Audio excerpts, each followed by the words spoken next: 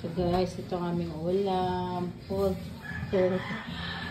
chicken. Prito ko po ng buo yan. At ito pa guys, ilaga ko pa bago ko siya iprito.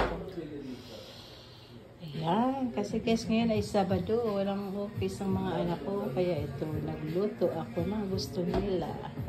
Mamaya guys, gagawa pa akong gravy niyan. Okay.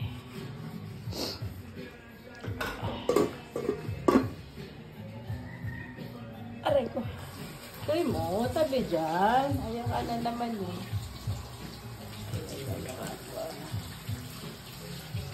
Kung muli mantika dahil. Ganado. Ayan. Maya-maya ko hain. Haunin ko na yan.